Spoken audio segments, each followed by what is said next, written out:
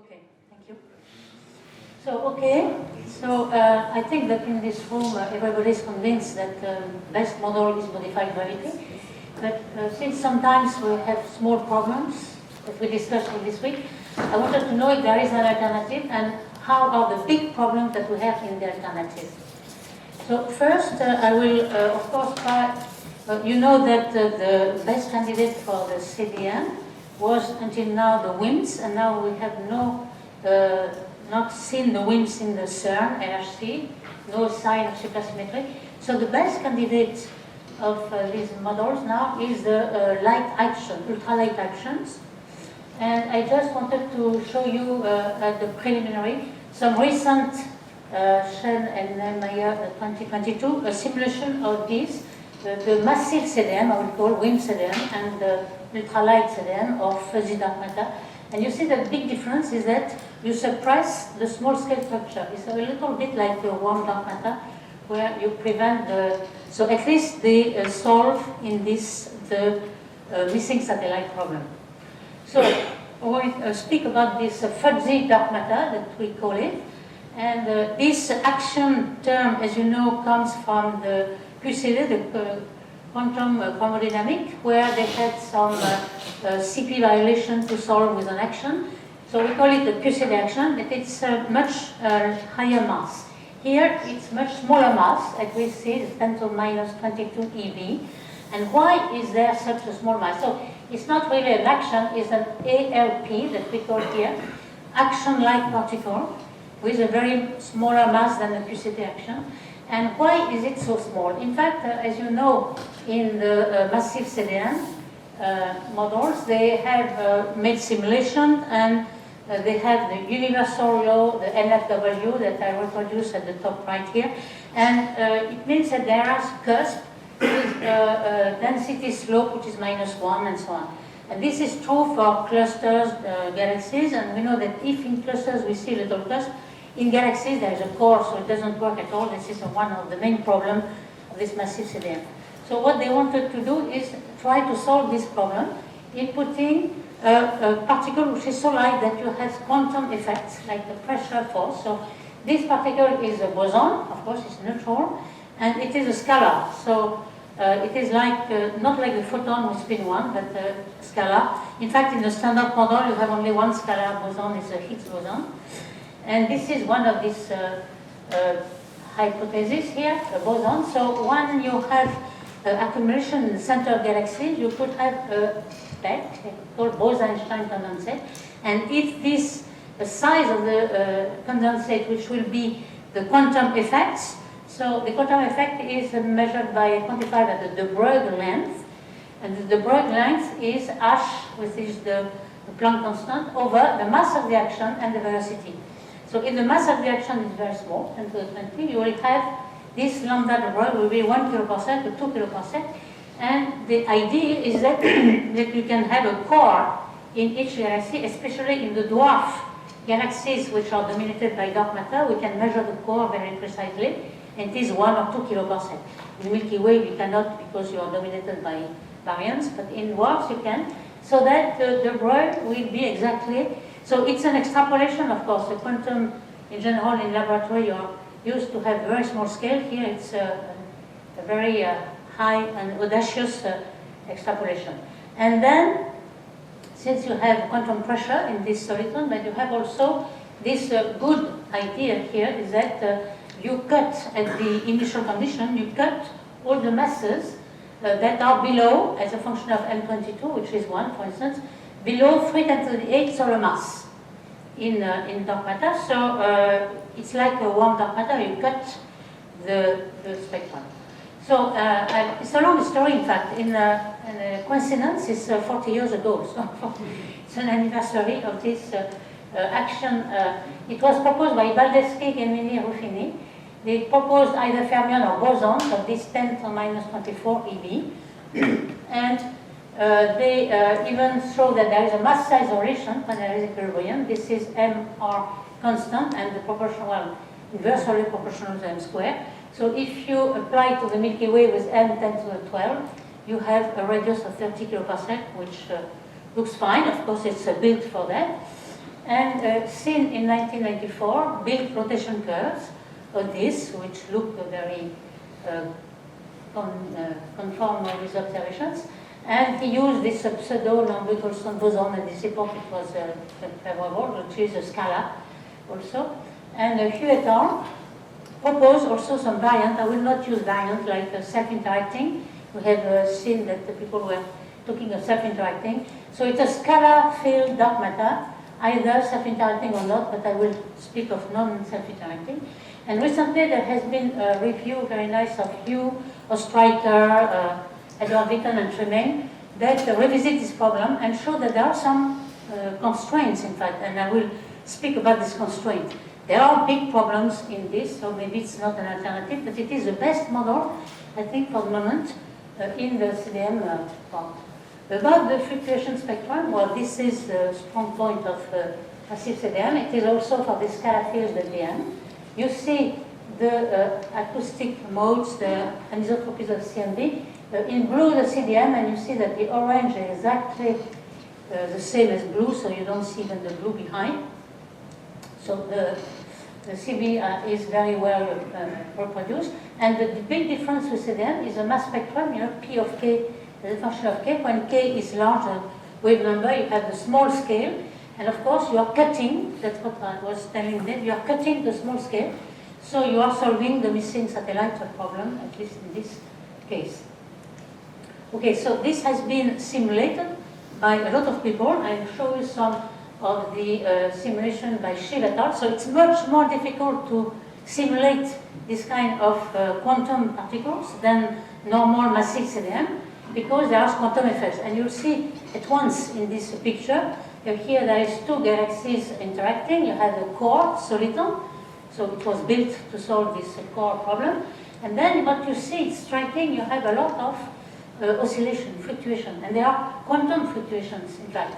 And they are there, they are not damping any time because they are always reforming. It's due to the Heisenberg principle where you have position and momentum not possible to measure at the same time, or energy time and so on.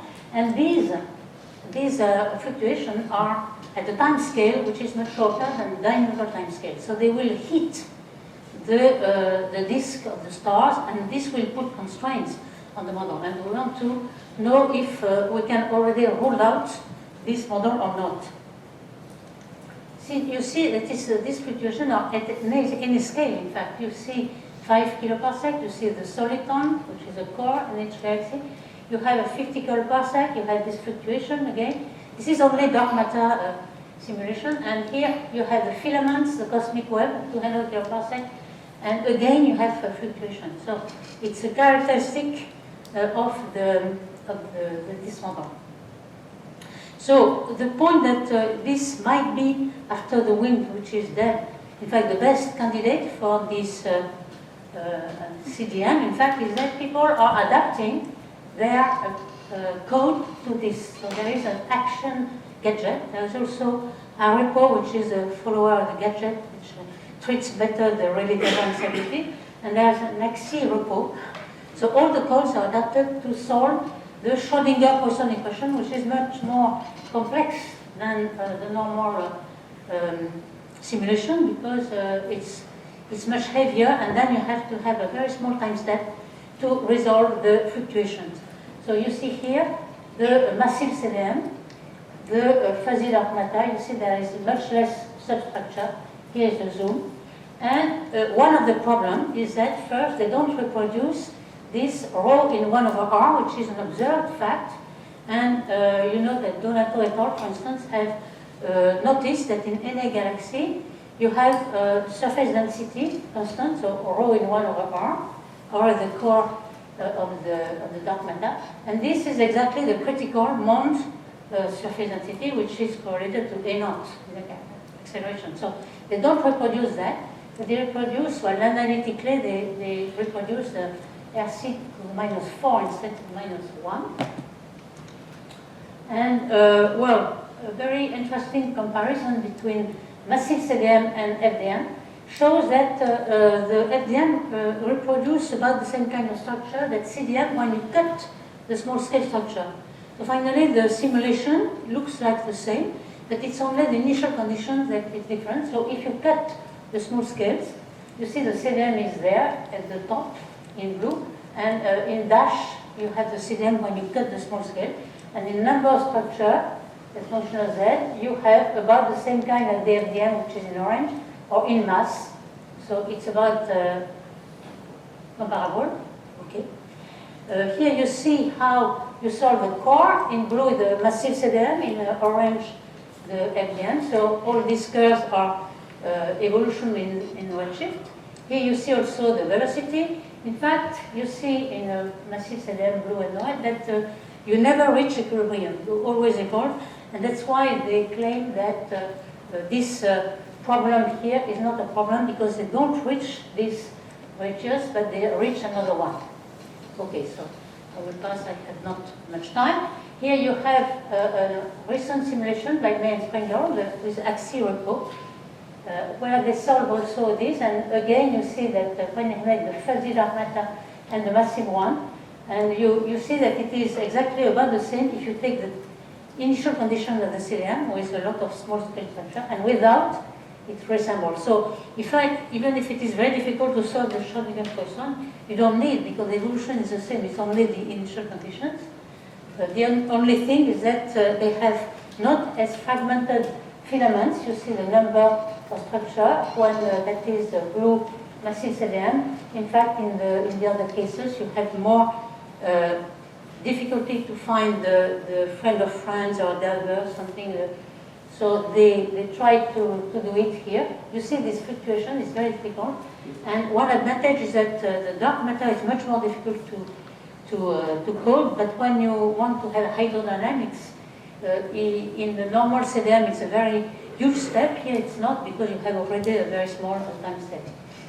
Okay, so now what our contribution here is that we apply here a work that we have done with Amer Alexandre and also Jonathan here and Anel Khaled about the action of baryons, the fluctuation of baryons to heat the dark matter. And at the beginning it was in the goal to transform cusp in core. And we saw analytically that it is like a diffusion process. And indeed, we make this assumption analytically that there is only gas.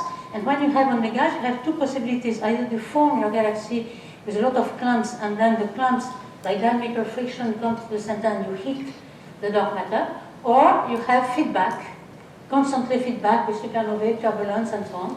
And we know that in the ISM, we have a fractal structure that we can reproduce by power law. So I will just rapidly flash the method, which is very simple and which can be applied by several problems. Here the method is to derive, well, to decompose the potential in Fourier transform. So you have phi of k here for the potential. For the density, delta rho over rho, you have also delta k. And we can assume for these fluctuating variance that you have, for instance, the power law, which corresponds to the fractal structure that we know, we observe. And then you can solve very easily the Poisson equation, because then you have not to derive to the derivative, but you have a product, a simple product. You can have the force correlation, and then to derive the velocity variance. We make just an approximation that the variation in time, like the ergodic assumption, is the variation in space here. And then you can derive very easily the relaxation time scale of this turbulence, which is a time scale where delta V squared, the heating, is equal to V squared. And then you have this expression. And we have also done the simulation with Jonathan in particular, where in fact we can reproduce exactly this time scale where a cusp is transformed in a core. So we had the idea to adapt this for the fuzzy dark matter. In fact, they're exactly applicable because the oscillation, fluctuation of the dark matter are at the time scale, which is very small, to the orbital time scale. And this is exactly the process of relaxation, of diffusion. So we could apply that. And indeed, we do two things, either analytically or also a simulation that you see here. Here you have a dwarf galaxy simulated in fuzzy dark matter you have a face-on view and edge-on view, and you see that the baryons are perturbed by the supernovae and so on. And you see, here it was normal dark matter, in fact, with baryons, but you can apply it for the fluctuations. And when you look at the simulation here, you see that the dark matter, the baryons particles, have a power law of n equal 2, which was what we assumed from the ISM, and also you see the mass of gas as a function of time, and radius, orange is small radius, and so on. And you see that the fluctuations are indeed corresponding to the analytical model. And for the core formation, you see that indeed the simulation tells you that indeed it is fluctuating a lot, and after the Hubble time, this takes a long time, like with the baryons, you can have this kind of relaxation. And the simulation here as function of mass of dark matter as a function of time, you see that indeed it's an inflation and the dark matter is heated and pushed outside. Now, for the application of the quasi dark matter, what we have done, of course, we don't know exactly what kind of fluctuation they are. They are not a noise, a white noise, but they have some power here, and we took some simulation of shield and jump.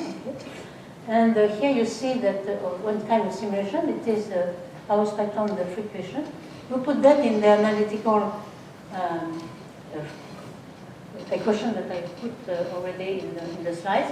And finally, we find a constraint that was not so hard constraint. In fact, the mass of the action had to be larger than 2 × 10⁻22, which was, well, a constraint, but not so long. We have more constraint when you consider, for instance, dwarf galaxies, where there is a star cluster inside. This is the case of Eridanus.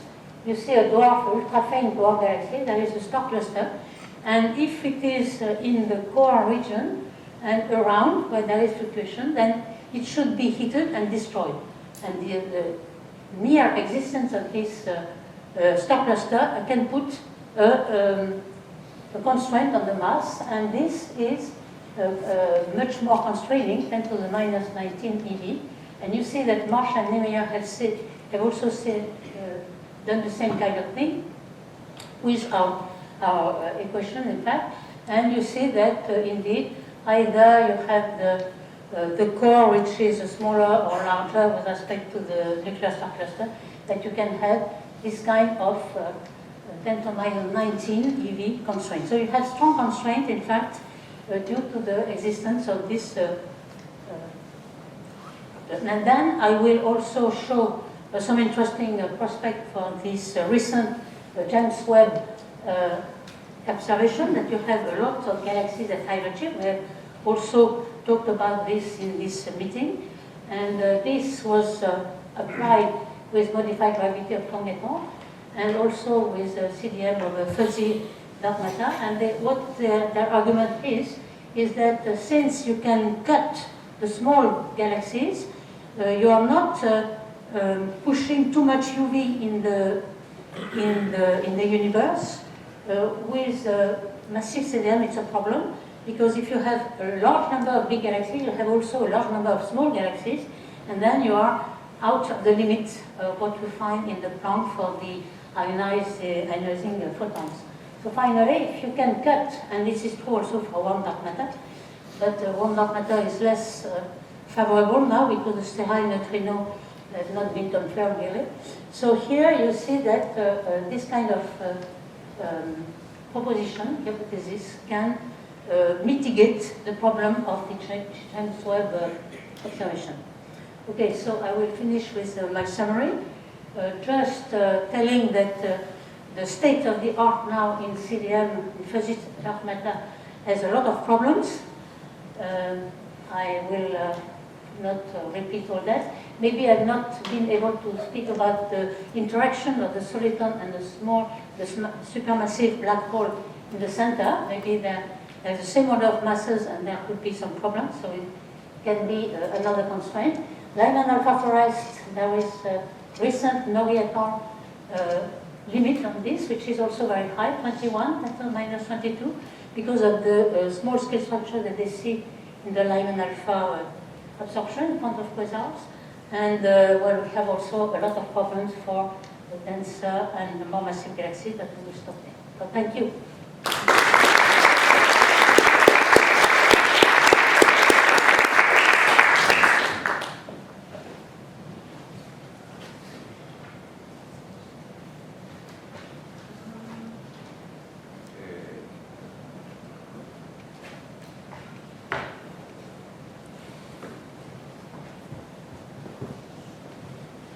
Thank you for this very clear talk. I wanted to point out concerning high redshift galaxies that also the population of the observation of very faint galaxies is very constraining on these models. Indeed, in the from the luminosity function at redshift 6 in the lensing clusters, you detect objects as faint as -12 in the UV. And we have shown in a paper in 2017 led by that this puts a constraint of about 10 to the -21 eV at 3 sigma on the particle mass. So it seems to me that there is a kind of inconsistency between the amount of suppression you need for the high mass part and the actual observation of very faint dwarfs at a slightly lower redshift that instead are not suppressed that much as you would expect in this scenario. So I think there is some tension with the ranges, allowed ranges for the particle mass. Exactly what I said, and that's why maybe the MOND is more promising.